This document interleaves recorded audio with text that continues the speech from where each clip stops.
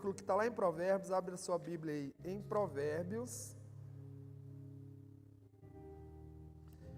capítulo 17, Provérbios 17, 16.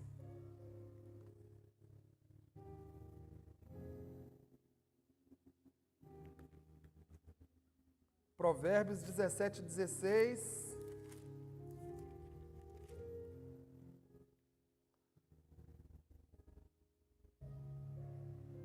Todo mundo achou? Provérbios 17, 16.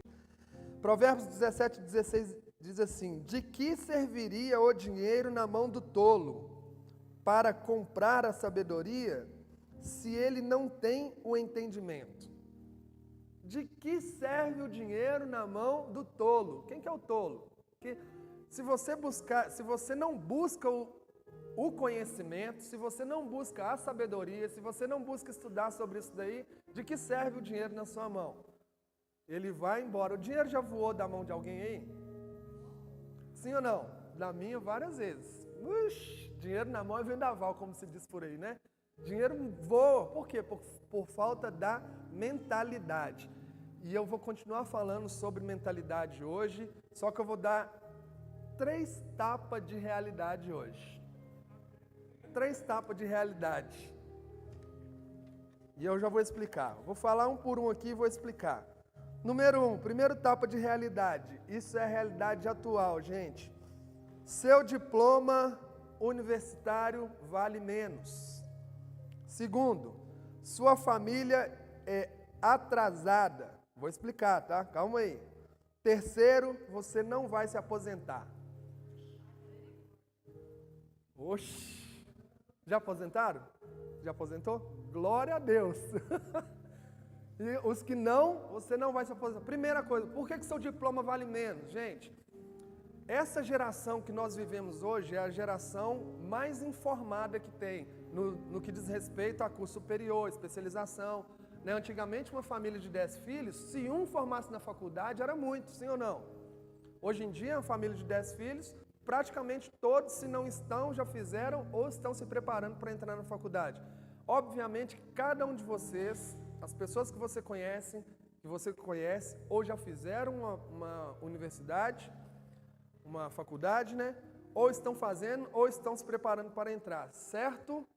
Porém, o seu diploma vale menos. Antigamente, um cara que era formado na faculdade, ele ganhava muito dinheiro. Hoje, nem tanto. Não significa que ter um curso superior vai fazer você ganhar dinheiro. Então, o diploma vale menos. Agora, pensa comigo. As empresas estão reclamando porque as escolas não estão preparando adequadamente os profissionais para entrarem nas empresas. Então, o cara, ele formou, vamos pegar um curso bem atual aí, vamos lá, contabilidade. Passa 4 anos, Kadaf, 4 anos para se formar? 4 anos para se formar em contabilidade. Ele cai dentro da empresa, ele não sabe fazer nada. O que ele tem que fazer dentro da empresa?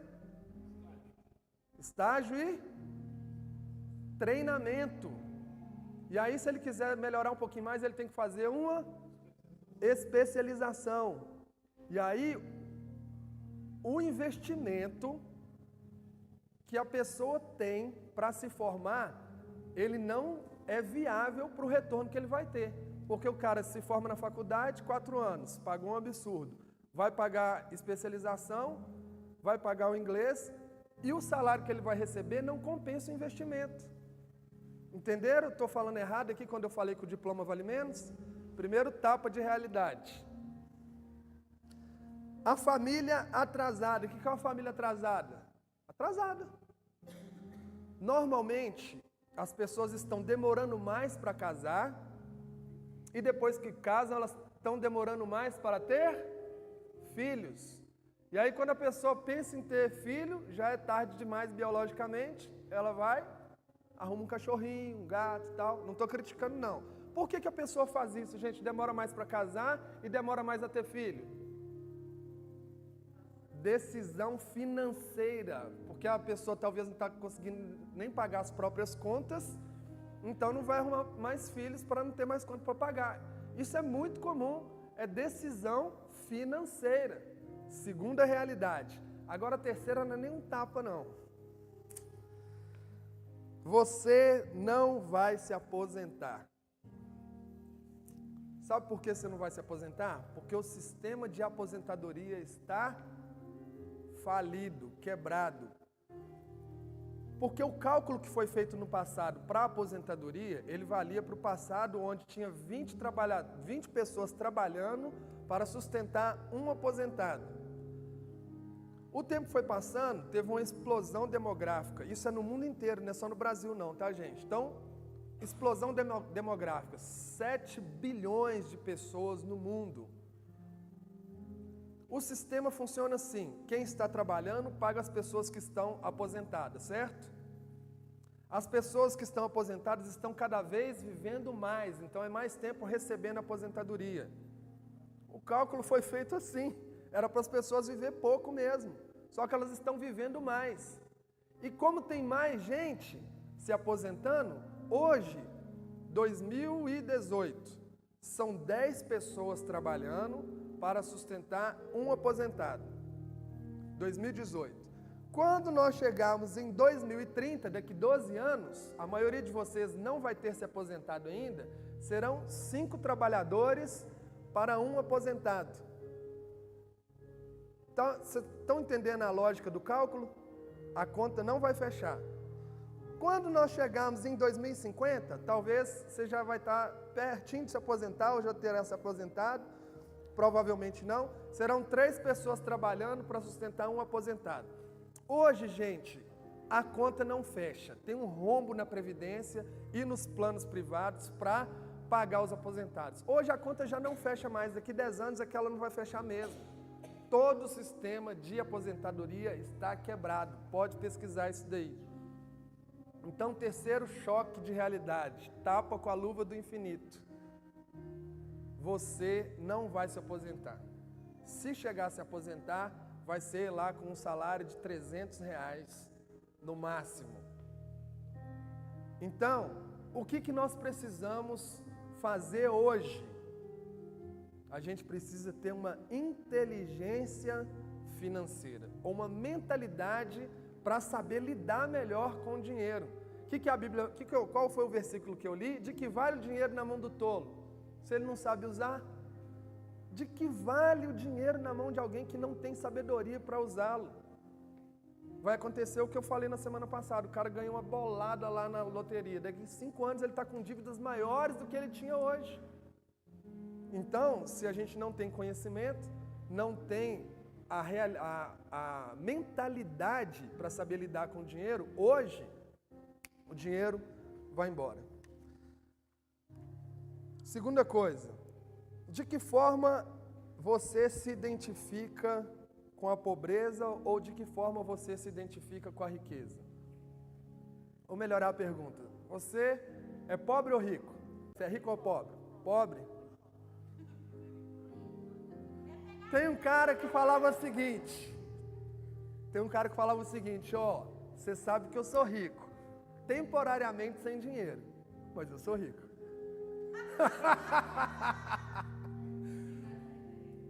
Irmão, a gente se identifica com a riqueza ou com a pobreza. Presta atenção que isso é importante, hein? A gente se identifica com a riqueza ou com a pobreza. Você precisa pensar que você é rico, mas você está hoje temporariamente sem dinheiro. Anota isso, que isso é importante mesmo, sabe por quê? Porque com a mentalidade de pobreza, você vai se identificar com as coisas da pobreza.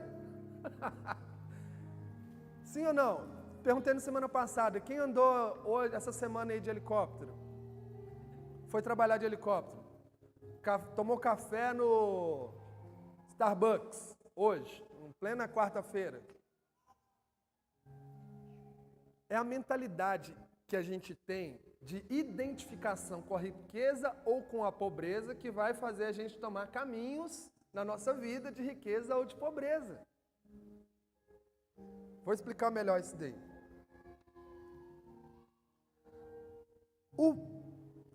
Olha, não é nenhuma discriminação. Quando eu falo pobre, gente, não estou falando do miserável, não. Estou falando do pobre de espírito, tá? Senão pode parecer um termo muito pesado, né? No sentido pejorativo. Mas para você entender, qual que é a mentalidade do pobre e a mentalidade do rico? O rico, o pobre, ele não entende a dimensão do tempo versus dinheiro. E o pobre, ele fica, como ele não entende a dimensão do tempo versus dinheiro, então ele fica escravo do imediatismo. O que é isso? Eu quero comprar hoje. Eu quero um carro hoje, o que eu faço? Financio. Quantos carros eu pago no financiamento? 3 carros, mas eu quero o carro hoje. A mentalidade do rico, ele poupa e compra à vista e pede desconto. Gente, eu vendo o bolo, a média do bolo é R$22 na média. Tem gente que chega e me pede desconto no bolo. Eu fico indignado, mas eu dou um sorriso, a gente não dá desconto. Mas por quê? A mentalidade da pessoa de pedir desconto. Quem já entrou numa loja sem perguntar o preço, na hora que o vendedor, você já tinha experimentado a roupa, você comprou sem querer pagar aquilo, mas você já tinha experimentado. Quem já fez isso? Sem perguntar. Mas o dinheiro é de quem? O dinheiro é de quem? Não gostava de falar assim, olha, ô meu amigo, não, eu não sabia o preço, agora você está me falando isso daí, agora eu não quero mais. Mas não, a gente fica com vergonha de falar que não quer mais, mas o dinheiro é meu. É eu que mando nele, não é o vendedor. Ah, não, vou ficar com vergonha de falar que agora eu não quero, agora eu já experimentei a roupa. Escravo do imediatismo, eu quero agora, eu vou lá e compro. Eu quero viajar, o que eu faço? Marcelo, toda vez que a gente paga juros, escreve isso daí, toda vez que a gente paga juros, a gente fica mais pobre. Todas as vezes que a gente paga juros, porque você está pagando um valor a mais do que realmente vale. Se você for vender aquilo ali que você comprou, que seja uma roupa, pelo valor, você vai pagar, você vai receber menos. Então, esse gap que tem entre os juros e o menos que você vai vender te deixou pobre. Entenderam? Todas as vezes que a gente paga juros. Segunda coisa sobre a mentalidade. Ai, gente, mentalidade do pobre. O pobre tem preguiça de aprender. Nossa, Deus, é bíblico isso, hein? Depois vou ler os versículos referentes daí. Quem que é um analfabeto do século 21? É o que não sabe ler? Não, é aquele que tem preguiça de aprender. Aprender a lidar com dinheiro, aprender a ganhar mais, aprender a produzir, aprender, enfim. Então, a mentalidade do pobre, primeiro, não entende a dimensão do tempo versus dinheiro, é escravo do imediatismo, tem preguiça de aprender, ele protege o ego. Quando você vai numa loja, sem perguntar o preço, experimentou a roupa, e aí depois que você viu o preço, você levou mesmo assim, quem que você está protegendo? O seu ego. Você comprou, você está protegendo o ego, você não quer passar vergonha. Protege o ego. Está se identificando aí?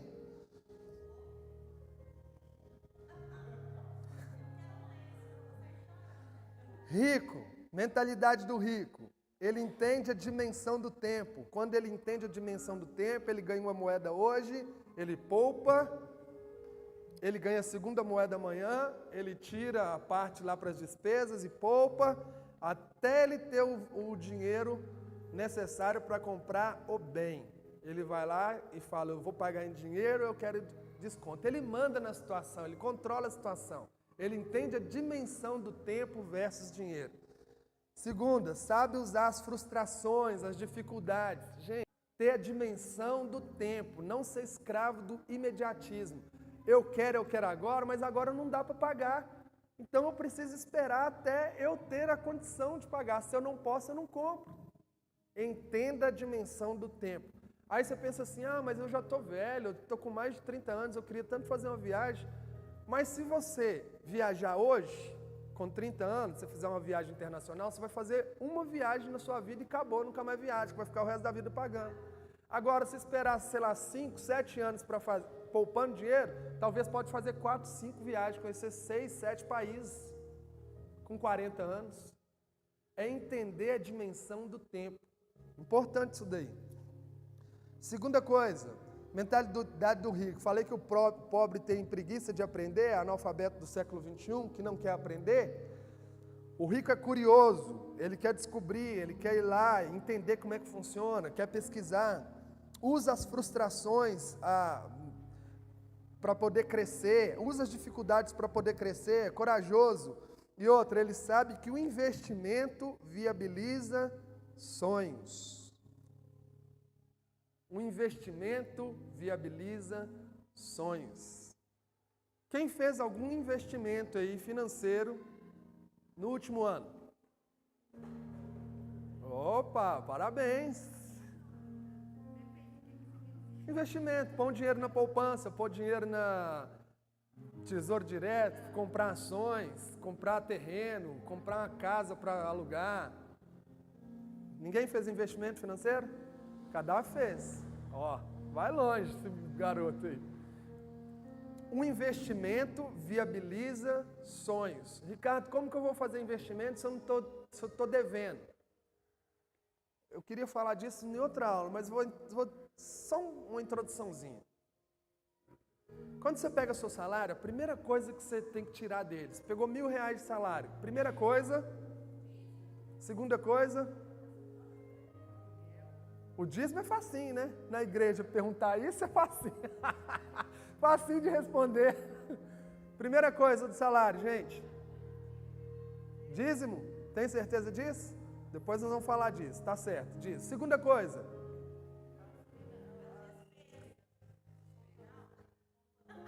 não, é o normal. Quem falou poupança?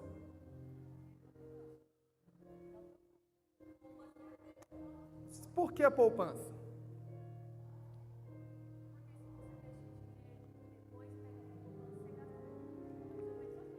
É isso daí na prática.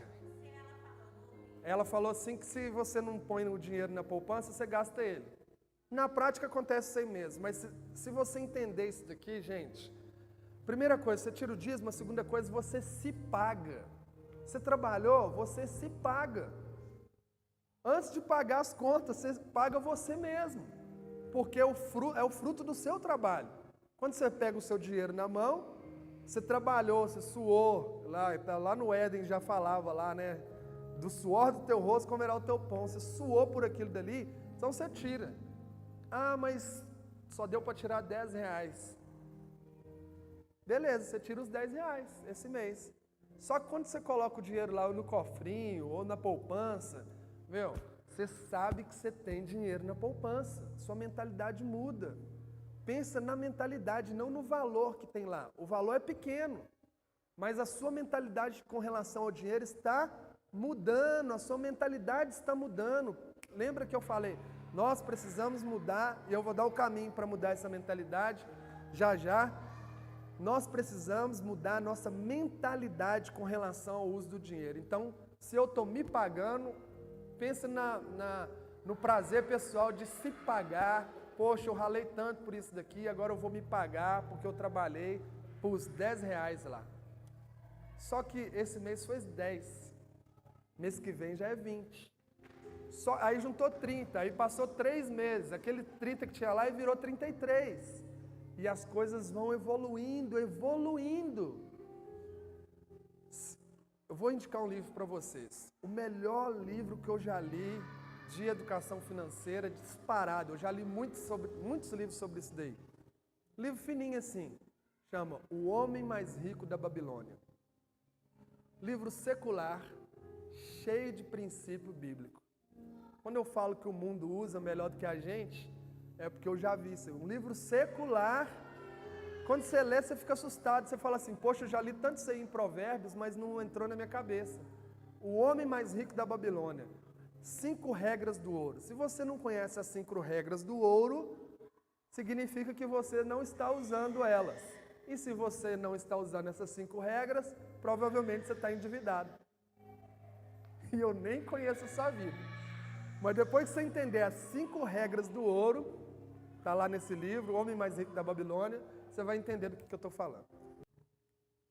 Abra sua Bíblia aí, Deuteronômio, capítulo 8, versículo 17 e 18.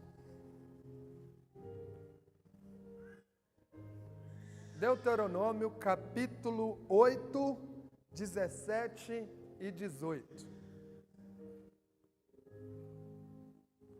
Deuteronômio, capítulo 8, versículo 17.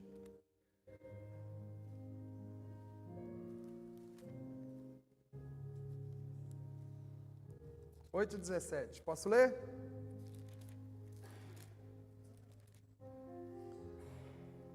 Portanto, não pensem, a minha força e o meu poder e o poder do meu braço me conseguiram essas riquezas. Pelo contrário, lembre-se do Senhor, seu Deus, porque é Ele quem lhe dá força para conseguir riquezas. Gente, sabe o que é bênção? Quem sabe o que significa bênção aí? Bênção? Ninguém? Bênção. Não vou falar agora não. Vou entrar no contexto aqui desse texto aqui. Nesse momento aqui, Deus estava falando para o povo de Israel assim, olha, eu estou levando vocês para essa terra boa. Se você ler a partir do versículo 1 aí, é que a gente está sem tempo. Eu vou fazer vocês entrarem na terra de Israel, na terra de Canaã. É uma terra boa. Essa terra, ela mana leite e mel. Quando o povo de Israel saiu do Egito e eles entraram na terra prometida, a promessa de Deus é que aquela terra manaria leite e mel. Certo? Leite e mel. O povo entrou na terra. Tinha realmente cacho de uva gigante, mas se comesse os cachos de uva e não plantasse, ia produzir alguma coisa? E o texto que nós lemos está falando que é Ele que te dá forças para construir riquezas. Significa que Deus dava força para o povo trabalhar, e aquela terra que manaria leite e mel, ia manar leite e mel a partir do trabalho deles. Certo? É isso daí. Mas na história, gente, vamos analisar a história. Quando foi que a terra de Israel manou leite e mel? Quem pode falar para mim? Qual foi o reinado mais abastado? Salomão. Mas olha o tempo o tempo, né? Quando o povo entrou na terra, até Salomão, quantos anos se passaram? 1000 anos. Quase 1000 anos. 1000 anos depois que a terra foi manar leite e mel de verdade. Agora, quando Salomão assumiu o reinado depois de Davi, ele se perguntou, cadê o leite, cadê o mel dessa terra? Se Deus prometeu, cadê o leite, cadê o mel? Tinha uma certa prosperidade na terra, mas era bem fraquinho. E ele perguntou, se a terra vai manar leite e mel, cadê o leite, cadê o mel? O que Deus prometeu para sua vida, irmãos? O céu é um lugar rico ou um lugar pobre? Deus mora onde? Em palácio, talvez? Diz a Bíblia que tem rua de ouro, pedra preciosa. Deus quer que você prospere. Deus quer que você tenha riquezas. Se o céu é rico, se Deus mora num lugar rico, nós somos filhos dele. Ele quer que a gente viva na miséria?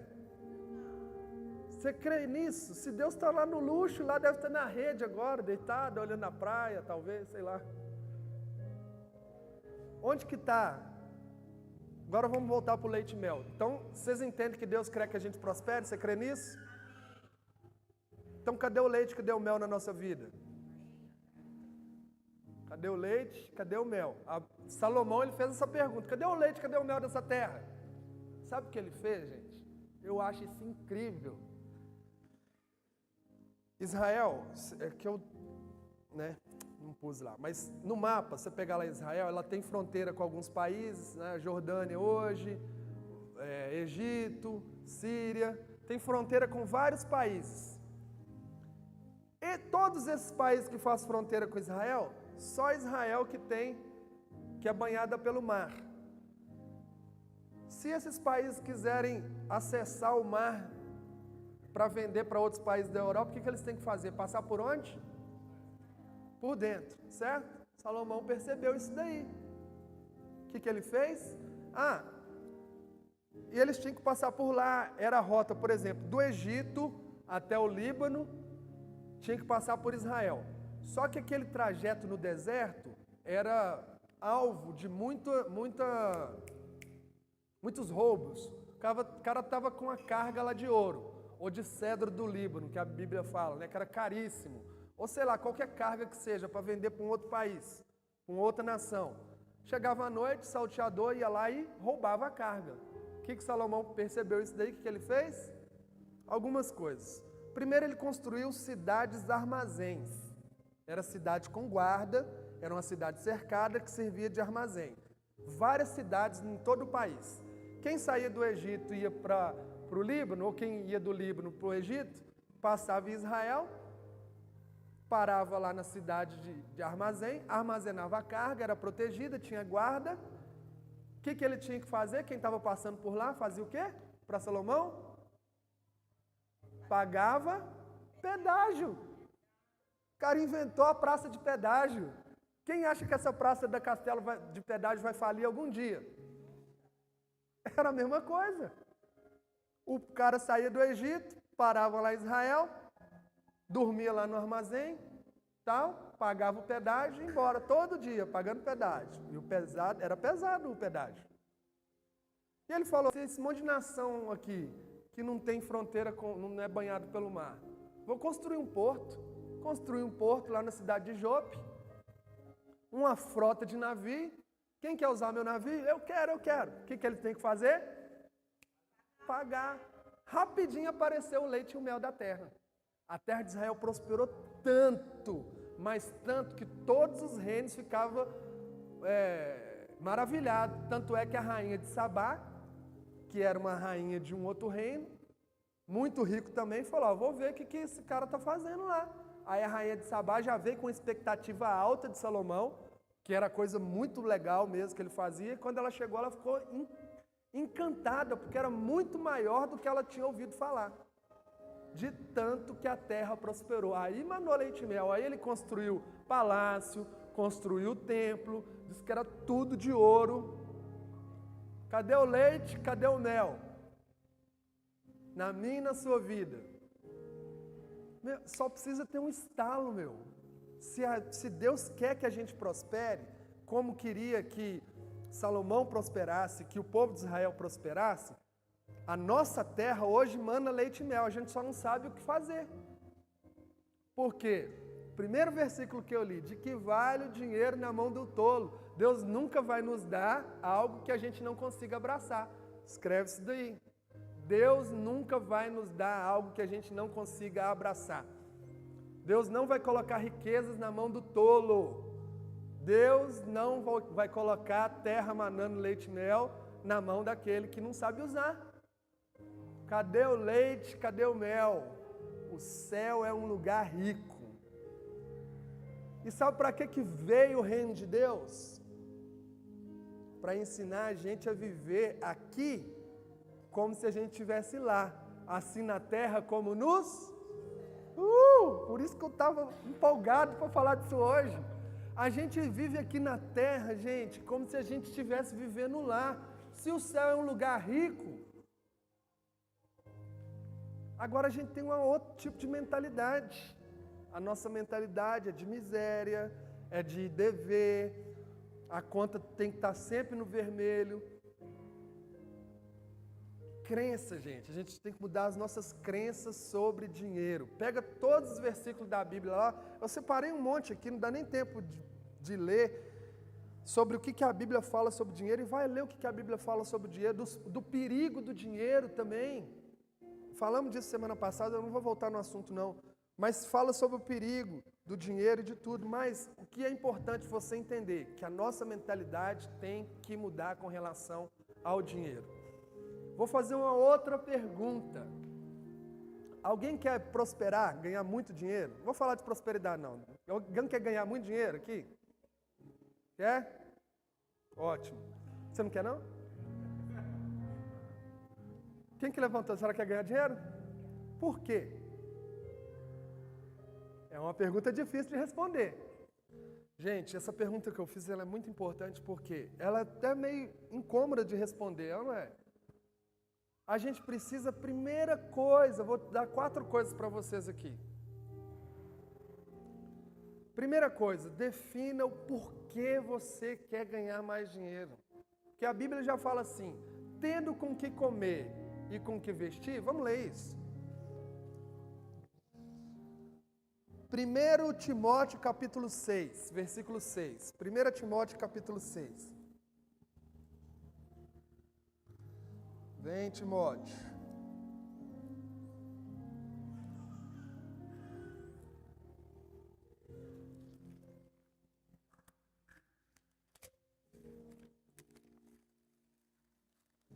Primeira Timóteo capítulo 6, versículo 6. 6:6. Diz assim: de fato, grande fonte de lucro é a piedade, com contentamento, porque nada trouxemos para o mundo, nem coisa alguma podemos levar dele. Tendo sustento e com que nos vestir, estejamos contentes. Então defina por que você quer mais dinheiro. Tendo com que comer, com que vestir, estejamos contentes. Esteja satisfeito, já basta. É o suficiente. E é verdade. Agora defina por que você quer ter muito dinheiro, sabe por quê? Porque amanhã você pode ganhar muito dinheiro. Mas você não era satisfeito com o que você comia e com o que vestia. Você já não era satisfeito. Aí você ganhou muito dinheiro. Depois de um tempo perdeu tudo. A confiança estava no dinheiro. O que você vai fazer? Acontece demais. Então, primeira coisa, defina o porquê você quer ganhar dinheiro. Porque aí tem vários. Quer que eu fale alguns aqui? Primeiro, você pode querer ter liberdade. Liberdade é uma coisa bacana. Segunda coisa que a Natália falou, você pode querer ajudar as pessoas. Também é legal. Quer mais uma? Que é bíblico. Essa você tem que querer isso daí. Você tem que deixar a herança para os seus filhos. Porque a Bíblia fala assim: o homem de bem deixa herança para os seus filhos. Outro versículo lá em Provérbios fala assim: a esposa, ela vem do Senhor, mas a herança e os bens vêm dos pais. Como alguém vai deixar a herança se não tem nada? Então você tem que, primeiro, você pode querer ter liberdade. O que é liberdade, gente? É você querer poder viajar e você poder fazer isso no tempo certo. É você querer, talvez, trocar de carro e você poder fazer isso. Liberdade é isso, é você querer ter, de repente, um sítio, comprar um sítio e você poder fazer isso. Isso é liberdade. É você, de repente, falar assim: ah, não, eu vou para a praia hoje, segunda-feira. Não vou trabalhar hoje não, vou pegar o contrafluxo e vou descer para a praia. Desce com a segunda e a terça, na praia, volta na quarta-feira, volta a trabalhar e tal, depois trabalha no sábado para compensar. Isso é liberdade. Então, liberdade é um negócio legal. Você querer ajudar as pessoas é um negócio muito bacana. Você deixar herança para os filhos é um negócio bíblico, inclusive. Então, defina o porquê você quer ter mais dinheiro. Segunda coisa. Esse é mais difícil. Eu falei que ia trazer coisas mais práticas hoje, né? Segunda coisa, tenha metas. Metas e objetivos claros e escritos no papel. Vai lá na minha casa e você vê se não tem um quadro lá. A Milene fez um quadro, pôs assim no guarda-roupa lá, o quadro dos sonhos. Tem várias coisas naquele quadro dos sonhos lá. Metas e objetivos escritas no papel. Tem até um estudo lá de Harvard também, não vou entrar nesse assunto, mas de 20 anos o estudo. Os estudantes que tinham metas e objetivos escritos no papel. Ah, eu quero daqui 5 anos. Daqui 5 anos não, que é muito tempo. Depois você vai ficando mais prático nisso daí, de fazer metas. Mas o que você vai fazer semana que vem? O que você vai fazer esse mês? Quanto dinheiro você vai poupar até o final desse mês? Quanto dinheiro você vai poupar até o final de dezembro? Dia 31 de dezembro de 2018, eu vou estar com R$500 na poupança. Metas e objetivos definidos, bem claros, escritos no papel. A gente podia... Terceira coisa, comprometa-se com seus compromissos. Gente, isso que eu estou falando para vocês, esses passos aqui, na verdade são 10, eu aprendi isso há 6 anos atrás, quando eu trabalhei numa empresa. E eu vi que isso tudo aí é bíblico. Mas isso fez uma grande diferença, tanto é que eu decorei os 10. Primeira coisa, defina o seu porquê, o porquê você quer ter mais dinheiro. Segunda coisa, metas e objetivos escritos no papel. Terceira coisa, comprometa-se com seus compromissos.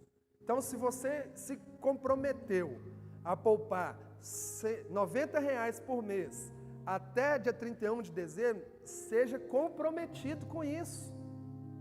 E aí deu lá, você recebeu o dinheiro, primeira coisa, vai tirar os R$90, separar, pôr no cofrinho, na poupança, no colchão, onde você quiser. Mas esteja comprometido com isso. Terceiro passo, compromisso. E a quarta coisa, que é a mais difícil, talvez a mais importante, mude a sua crença com relação ao dinheiro. É a crença que você tem. A crença com relação ao dinheiro. Quer ver uma coisa? Como são estabelecidas as crenças? A avó ou bisavó, sei lá, a bisavó fazia uma receita lá, especial, peixe. Aí ela cortava a cabeça, cortava o rabo, preparava aquele peixe lá, delicioso e tal, e o negócio era fabuloso, a família inteira amava aquilo dali, comida da casa de bisavó, e a bisavó ensinou para a avó. E a avó fazia aquilo ali, aquele peixe, reunia a família, tarará, cortava a cabeça, cortava o rabo.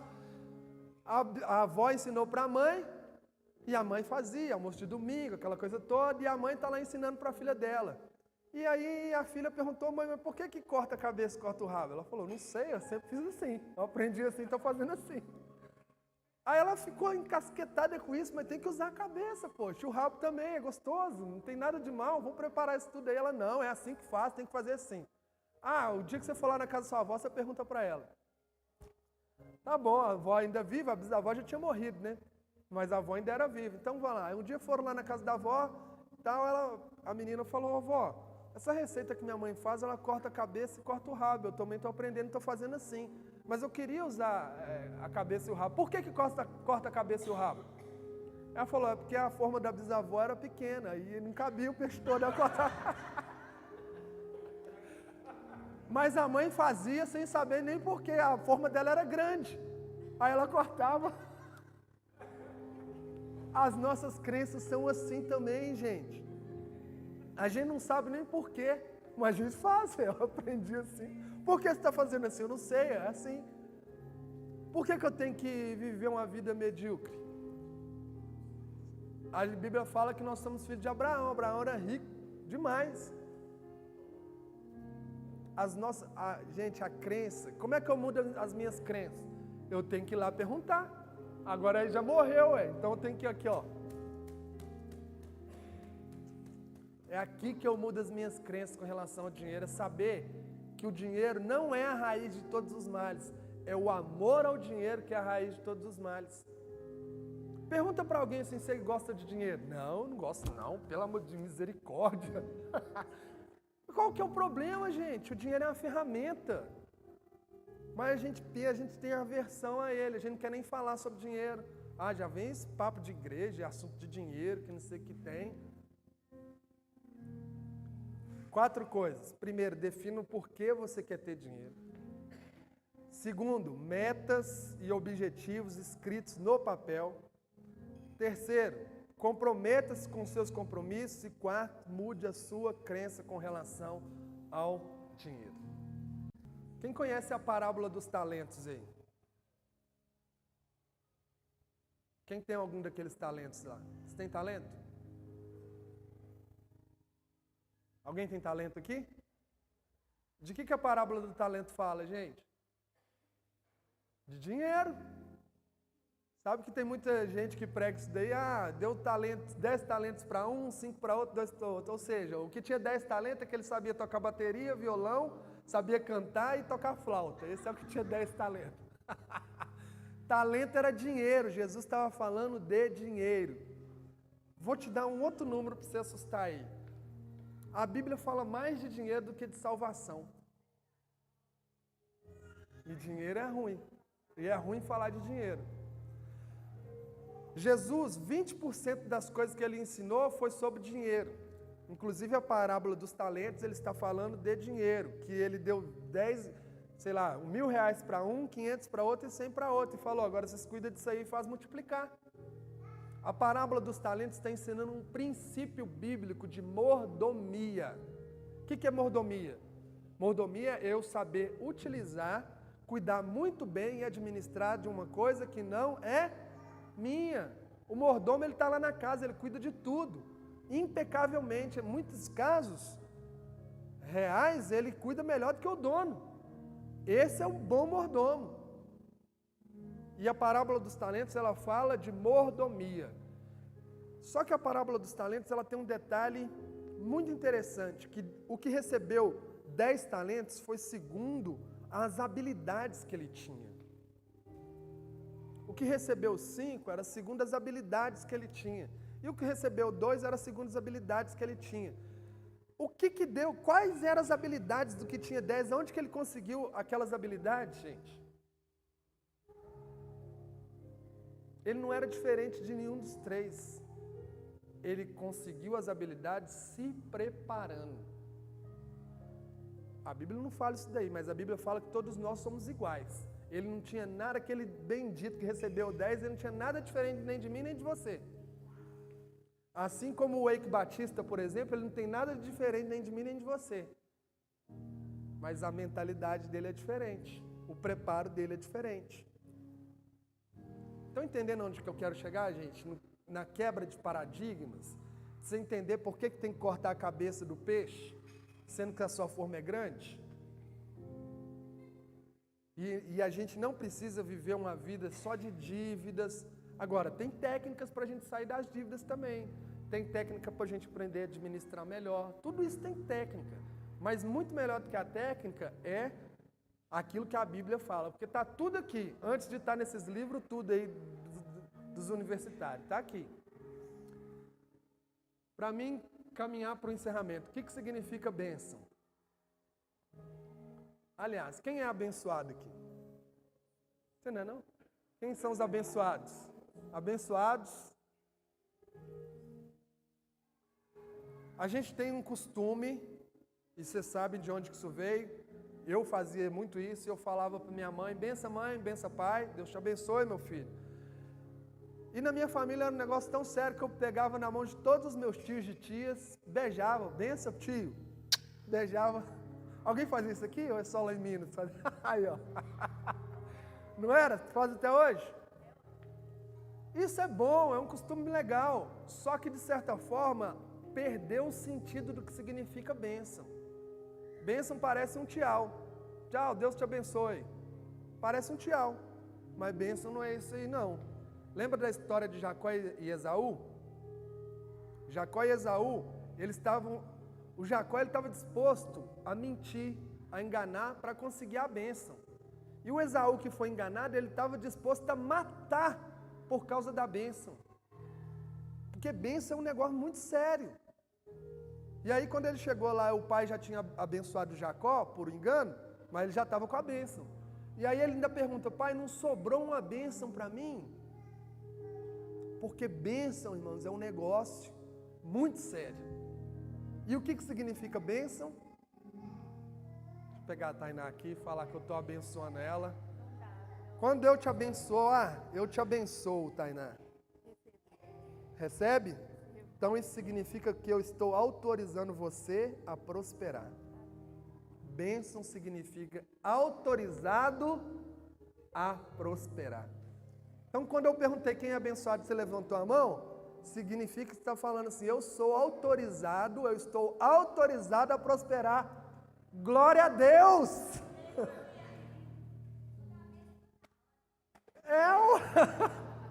Autorizado, eu sou, você é autorizado a prosperar. Agora, se Deus abençoou você, quem vai impedir isso daí? Nem Satanás. Balaão falou, eu não posso amaldiçoar aquilo que Deus já abençoou. Ninguém pode amaldiçoar aquilo que Deus já abençoou. Se você é abençoado, você está autorizado a prosperar. Se você não está prosperando, você está sendo barrado numa pequena palavra chamada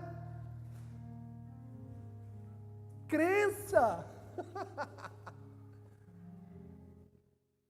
autorizado a prosperar. Se a gente não prospera, a gente está sendo barrado na crença que a gente tem com relação ao dinheiro. Vou parar por aqui, gente. A última coisa. Mais 4 minutos eu tenho ali. A Bíblia é um livro de princípios, né? Cansei de falar isso daqui já. E eu vou dar alguns exemplos. Quem conhece alguma empresa que é fundamentada em princípios cristãos? Alguém conhece? Qual empresa que é? Mary Kay. Prospera ou não? Alguém conhece alguma outra empresa fundamentada em... Vocês conhecem, eu vou lembrar vocês, é que vocês não sabem, mas vocês conhecem. Ninguém tem outro exemplo? Mackenzie é uma empresa? É fundamentada em princípios cristãos? Alguém já ouviu falar alguma vez na vida que o Mackenzie entrou em crise? Falei outra faculdade aqui agora, Harvard, foi fundada pelos puritanos. Alguém já ouviu alguma vez mencionar que ela entrou em crise, pediu dinheiro emprestado? Oxford, outra faculdade, fundamentada e fundada por cristãos, nunca entrou em crise. Se a minha e a sua vida, não sei se alguém tem empresa aqui, se a sua empresa for fundamentada em princípios cristãos, ela jamais será abalada, jamais. Salmo 112, versículos 5 e 6. Jamais. Agora eu estou falando de empresa. E na vida, gente, se eu sou fundamentado em princípios cristãos, eu não deveria jamais passar por dificuldade financeira. Jamais. Sabe por quê? Enquanto vocês abrem Salmo aí 112, abre alguém aí, Salmo 112 para mim, por favor. Não será jamais abalado, será tido em memória eterna. Não, lê tudo. 5 e 6, 5 e 6. Ditoso homem que se compadece e empresta, ele defenderá a sua causa em juízo. Não será jamais abalado, será tido em memória eterna. É que está na tradução diferente, por isso que eu custei entender. Mas ele está falando que ele tem para emprestar. Esse daí jamais será abalado. Está falando de honestidade esse texto aí, na verdade. De princípio bíblico. Agora eu vou ler um pouquinho só aqui. Deuteronômio 28. Depois você pega em casa e lê esse texto, gente. Deuteronômio 28, lê todinho. Mas olha, ele diz assim: se ouvirem a voz do Senhor seu Deus, sobre vós virão e os alcançarão todas essas bênçãos. Se ouvir a voz de Deus, essas bênçãos vão correr atrás de vocês. Benditos serão vocês na cidade, benditos serão vocês no campo, bendito será o fruto do teu ventre, o fruto da sua terra, o fruto dos seus animais, e benditas serão as crias das suas vacas e ovelhas. Bendito será o cesto de seus cereais e bendita será a amassadeira. Ou seja, o seu trabalho vai ser abençoado, a sua casa vai ser abençoada, o fruto do seu trabalho vai ser abençoado. Tudo que você colocar as mãos para você fazer, você vai ser bem sucedido. Aí o mundo não, os gregos pegaram isso daí e inventaram um cara chamado Midas. E eles inventaram um encontro até muito bonito do Midas, que tudo que ele tocava virava ouro. Aí tem o toque de Midas, né, hoje.